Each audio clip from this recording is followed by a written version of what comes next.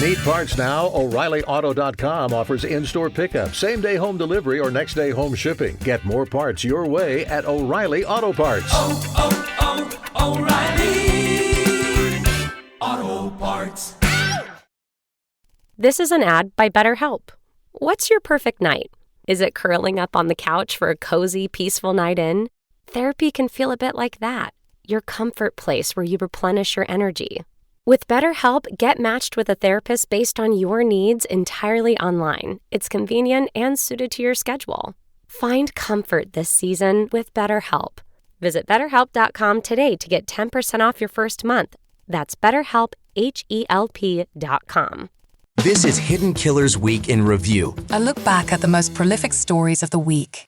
Welcome to the podcast. If you'd like to listen to an ad-free version of this episode and all of our episodes, then search True Crime Today Premium Plus on Apple Podcasts and press subscribe. That's our premium channel where all of our ad-free and advanced episodes live, all in one place. True Crime Today Premium Plus. Search it on Apple Podcasts and press subscribe. Even try it for 3 days free. The blood washed away, but the guilt never does. Welcome to Hidden Killers with Tony Brueski, featuring psychotherapist and author Siobhan Scott. Well, the apple doesn't always fall that far from the tree. That's the saying. Is it always true? Well, sometimes it certainly can be. Christian Combs may be one of those prime examples. He's, of course, the son of Sean Diddy Combs.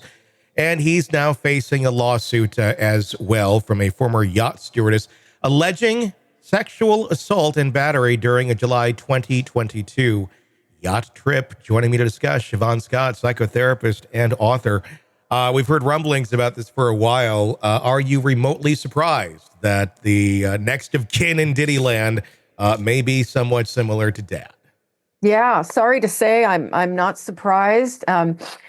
With the culture that these younger people grew up in, I think it was bound to have a tremendous influence on them. I think some people growing up in family culture, if they're interested in improving their lives and personal growth, they try to go opposite of the family. But we can probably say even the majority of times people do absorb qualities from their parents and act that out in their adulthood. Well, and it's an interesting situation, the way that he was brought up, because this bad behavior, literally his dad's motto is bad boy, and living this life of excess and extremes and a normalized abuse, we'll just call it that was going on all around him, the way that Diddy would treat women and people that worked for him. It wasn't always the most positive of environments. This was set up really, if you're going to work with your dad's working at home a lot, you're seeing this as normal. This is like, and there's not repercussions as there would necessarily be in other family situations where someone is being punished for that bad behavior and people not putting up with that bad behavior. Here it's like, it's free for all. The bad behavior seems to win. That's got to really screw with someone's developing mind. 100%. You nailed it exactly. It's what is simply normal. It's the way you treat women and you get away with it with no consequences. It's exactly it. When you have something like this and such a conditioned individual, where there wasn't this is bad going on, how do you begin to dive into someone like that to correct that behavior or to get them to see the errors in their ways or to help them?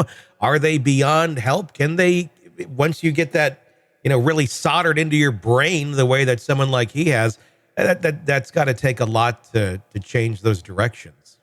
Yeah, and what kind of flexibility does this person at this age have? Prognosis guarded for some kind of change or personal growth. And usually if you're going to try to work with them, it has to come after they've had some kind of serious consequences. Yeah. So, maybe some therapy while incarcerated, you could see a little bit of flexibility, a little bit of awareness. And I hate to be hopeless and say, well, people just don't change. I think, certain people who are interested in personal growth and becoming better people, yeah, you can do a lot of change. But if you're dealing with an antisocial personality disorder, which can be influenced, to a very large degree by environment, develops in childhood, and it's basically the way the personality has formed. It's pretty grim to try and get a shift into a dramatic change in behavior. Are they just never able to see like the light at the end of the tunnel here, or the errors in their ways? I mean, on the outside, it's very easy to look at this going, yes, you can't like stalk an attractive server on your yacht and then assault her just because you're you. But it seems that that's kind of the attitude that, if this is true, allegedly took place, and allegedly a lot of how dad acted as well. I mean, clearly healthy people go, that's insane. That's not okay. You can't do that.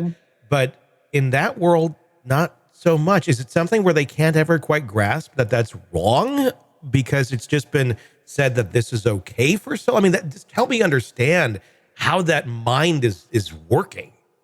Yeah, you're really looking at somebody who never developed empathy for other human beings.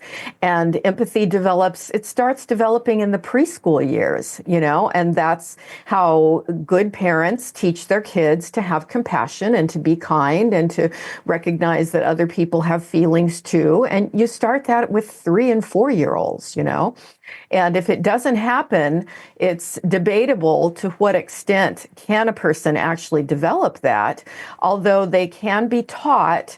Even if you don't have empathy for other people, you're going to get in big trouble if you act on that. Yeah. So that's often where you go. So you can be taught that, but are you ever truly operating from the mode of, I believe this, like this, I truly feel empathy for someone, so I'm going to act that way? Or is it more, well, if we have to overlay the script of what society thinks is okay, I have to act this way? Kind of Right. One's authentic, one is not.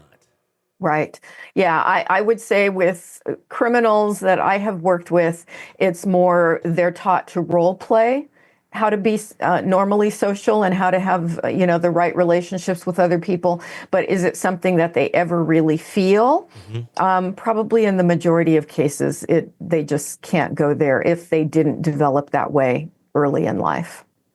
Why is that? Is that a coping mechanism within oneself you can't self-realize just how damaging a person you are and how negative you are? Or is it just ain't there? Color's not in the box. Isn't there. Yeah. And really, we're talking about actual wiring in the brain, because what we are fed with a diet of, interaction, particularly early in childhood, it's how the brain wires.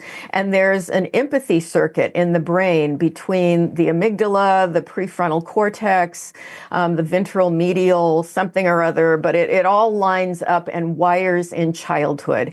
And so if you didn't wire that way, you just never really feel it the way that other people do. Yeah, that's so fascinating, because we always kind of think, oh, well, everybody's a person, everybody feels the same way, and things they don't. And that's why we have the world that we have because of that. And that's just kind of how humans have always been. And then you get the attorneys in there that then try to make sense of that bad behavior to a jury and somehow convince them that, oh, yes, this way of thinking over here, screwed up as it may be, it's normal. It's completely normal, but it's truly not. Should there be any empathy when it comes to this? I mean, I know it's kind of a legal ask question, but I guess it's more of on an emotional state of, should there be grace for someone like a Christian Combs on anything that he's done? He's an adult now. But should there be something where it's looked at with a little more like, okay, well, look at his environment and what he came up in. The exact same way we would look at someone else if they committed a horrible crime, and they were brought up in an abusive relationship, male, female, whatever it may be. They're acting out a certain way because that's all they know. I guess I'd say I'm a believer in compassion. I don't ever want to see someone tortured, but there are people who are never going to be safe in society. And it's just, as I say, it's the way they're wired. So I'm not in favor of, sadistic, retribution ever, anything like that.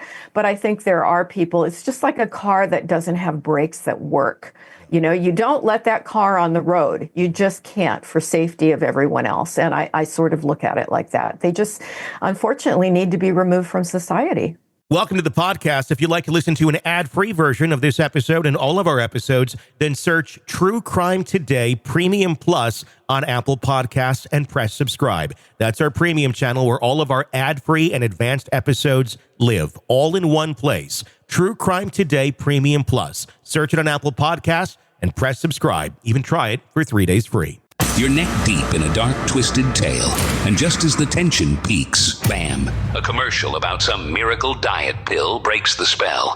It's like finding a fly in your soup after the first bite. But here's the fix. True Crime Today Premium Plus on Apple Podcasts. You get to enjoy your crime stories without the junk. Ad-free episodes, extended interviews that go beyond the surface, and early access to all the gruesome details. It's like swapping out a can of cheap beer for a glass of fine whiskey. So search for True Crime Today Premium Plus on Apple Podcasts. Subscribe and keep the darkness flowing uninterrupted.